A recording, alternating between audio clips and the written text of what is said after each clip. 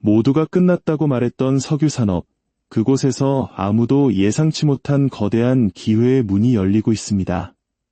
전기차와 신재생 에너지가 세상을 지배할 것이라는 믿음 속에서 우리는 정유주를 낡은 시대의 유물처럼 여겨왔습니다.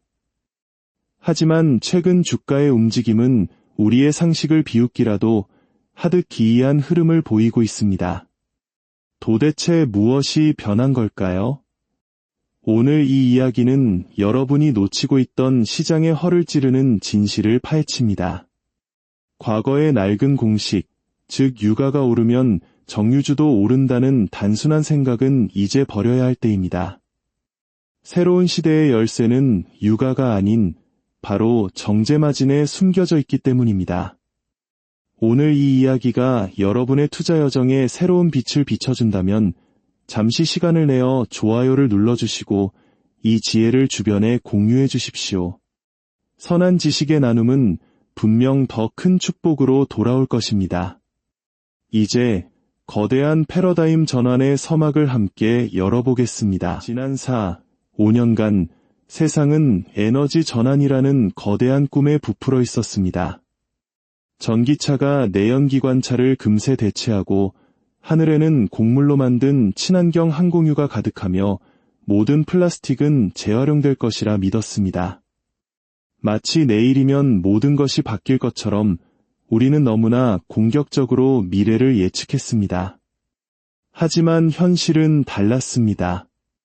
전기차의 보급 속도는 예상보다 더뎠고 친환경 연료의 상용화는 수많은 기술적, 경제적 장벽에 부딪혔습니다. 마치 한때 웰빙 열풍이 불면 라면이 사라질 것이라 예상했지만 오히려라면 매출이 역대 최고를 경신하는 것과 같은 이치입니다.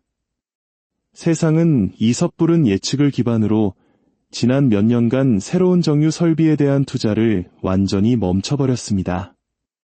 아직 오지 않은 미래를 위해 현재의 공급 능력을 스스로 옥죄어 버린 것입니다. 수요는 꾸준히 유지되거나 오히려 늘어나는데 공급의 파이프라인은 말라가기 시작한 것이죠.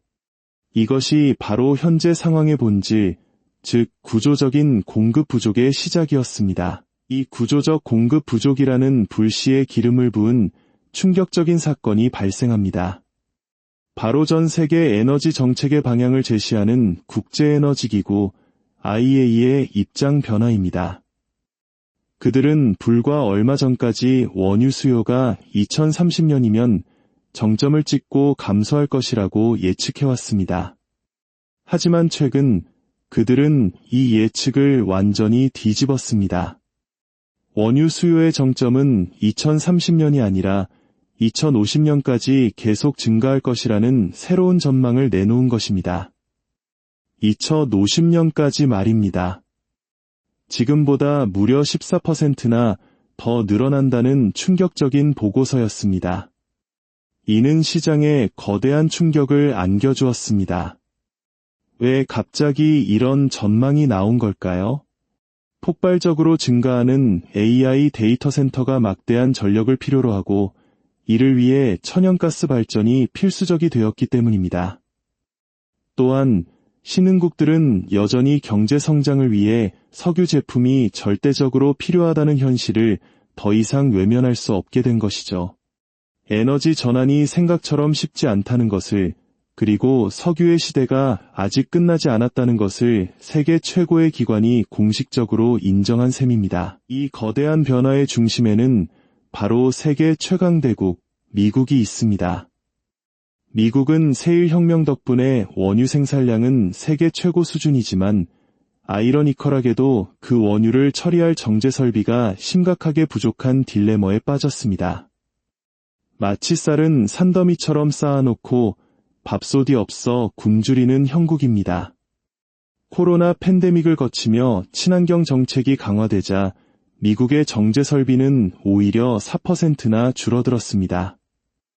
하지만 그 사이 미국인들의 자동차 주행거리는 코로나 이전 수준을 완전히 회복했고 항공여행 수요는 역대 최고치를 연일 경신하고 있습니다. 설비는 줄었는데 수요는 폭발한 것입니다. 특히 항공유 수요는 상상을 초월할 정도입니다. 미국의 정유사들은 늘어나는 항공유 수요를 맞추기 위해 생산을 최대로 늘리고 있지만 이는 결국 다른 석유 제품, 예를 들어 경유 생산량을 줄이는 결과를 낳았습니다. 완벽한 병목 현상이 발생한 것입니다. 이 병목 현상은 곧바로 재고 부족으로 이어졌습니다. 현재 미국의 휘발유 재고는 10년 내 최저 수준이며 경유 재고는 무려 20년 내 최저치까지 떨어졌습니다. 창고가 텅 비어버린 것입니다. 이는 매우 심각한 문제입니다. 미국은 전 세계에서 휘발유를 가장 많이 수출하는 국가였습니다. 하지만 이제는 자국 내에서 사용할 물량조차 부족해진 상황입니다. 수출을 줄이거나 혹은 다른 나라에서 수입을 해야만 하는 처지에 놓인 것입니다. 새로운 정유 공장을 짓는 데는 최소 4에서 5년이 걸립니다. 즉, 이 공급 부족 문제는 단기간에 해결될 수 없는 구조적인 문제라는 뜻입니다. 미국의 에너지 안보에 빨간불이 켜진 것입니다. 바로 이 지점에서 아무도 주목하지 않았던 대한민국이 무대의 중심으로 떠오릅니다. 미국이 겪고 있는 에너지 부족 사태를 해결해 줄 수 있는 해결사로 급부상한 것입니다. 우리나라는 세계 5위의 정제 설비 규모를 자랑하는 에너지 강국입니다. 최근 데이터를 보면 놀라운 사실을 발견할 수 있습니다. 우리나라의 대미석유 제품 수출량이 사상 최대치를 경신하고 있으며 그중 80%가 바로 미국이 가장 필요로 하는 항공유입니다. 이것은 단순히 물건을 파는 수출의 개념을 넘어섭니다. 과거 우리나라의 조선업과 전력기기 업체들이 미국의 에너지 문제를 해결해주면서 엄청난 가치 평가를 받았던 것을 기억하십니까? 지금 정유 산업에서 똑같은 일이 벌어지고 있습니다. 우리는 미국의 에너지 쇼티지를 해결해주는 핵심적인 역할을 수행하며 이는 곧 코리아 프리미엄으로 이어질 수 있는 엄청난 기회입니다. 이것이 바로 시장의 허를 찌르는 상승의 핵심 동력입니다. 이러한 흐름을 더욱 가속화시키는 글로벌 변수들이 있습니다.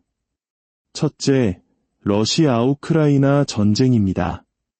우크라이나의 드론 공격으로 러시아 정유 설비의 약 30%가 타격을 입으면서 전 세계 공급망에서 상당량의 러시아산 석유 제품이 일시적으로 사라졌습니다. 이는 단기적으로 정제 마진을 급등시킨 요인이 되었습니다. 둘째, 바로 중국의 정책 변화입니다. 세계 최대 석유 제품 생산국인 중국은 환경 문제와 산업 고도화를 이유로 정유 설비 증설을 강력하게 통제하고 있습니다. 오히려 낡은 설비를 줄이고 화학 설비를 늘리라는 정책을 펴고 있죠. 이는 장기적으로 중국의 석유 제품 순수출량이 계속해서 줄어들 것임을 의미합니다. 세계 1, 2위의 에너지 대국인 미국과 중국이 모두 수출을 줄이는 상황. 이 빈자리를 채울 수 있는 능력을 가진 국가는 많지 않습니다. 그리고 그 중심에 대한민국이 있는 것입니다. 그렇다면 이 모든 상황이 실제 이익, 즉 정제 마진에는 어떻게 반영되고 있을까요? 숫자는 거짓말을 하지 않습니다. 오늘 아침 기준 싱가포르 복합 정제 마진은 배럴당 14.5달러를 기록했습니다. 지난주에는 18달러까지 치솟기도 했습니다. 과거 우리가 정제 마진이 10달러만 넘어도 대박이다 라고 말하던 시절을 생각하면 지금은 가히 경이로운 수준입니다. 2010년대 소위 차화정 랠리로 주가가 10배씩 오르던 시절보다도 2017년의 호황기보다도 지금의 마진이 훨씬 더 높습니다. 혹자는 이렇게 높은 마진이 곧 정점이며 곧 하락할 것이라고 의심할 수 있습니다. 하지만 다시 한번 본질을 생각해 보십시오. 수요가 폭발적이지 않은데도 이렇게 높은 마진이 유지되는 이유는 무엇일까요? 바로 공급이 구조적으로 무너졌기 때문입니다. 단기적인 충격으로 옳은 부분은 조정을 받을 수 있겠지만 그 저점은 과거와는 비교할 수 없을 정도로 높은 수준에서 형성될 가능성이 큽니다. 이는 정유사들이 앞으로 몇 년간 수조 원대의 이익을 지속적으로 창출할 수 있는 환경이 조성되었음을 의미합니다. 오늘 우리는 모두가 외면했던 석유 산업에서 벌어지고 있는 거대한 지각 변동을 목격했습니다. 섣부른 에너지 전환 예측이 낳은 구조적인 공급 부족, 그로 인해 딜레마에 빠진 미국, 그리고 그 해결사로 떠오른 대한민국. 이것은 유가에 따라 움직이는 단기적인 투기 사이클이 아닙니다. 향후 몇 년간 지속될 수 있는 구조적인 변화의 시작입니다. 투자의 세계에서 가장 위대한 기회는 종종 모든 사람이 끝났다고 생각하는 곳, 가장 어두운 곳에서 발견됩니다.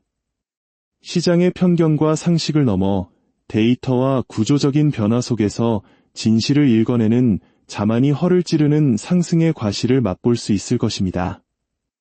여러분은 지금 그 거대한 변화의 초입에 서 계십니다.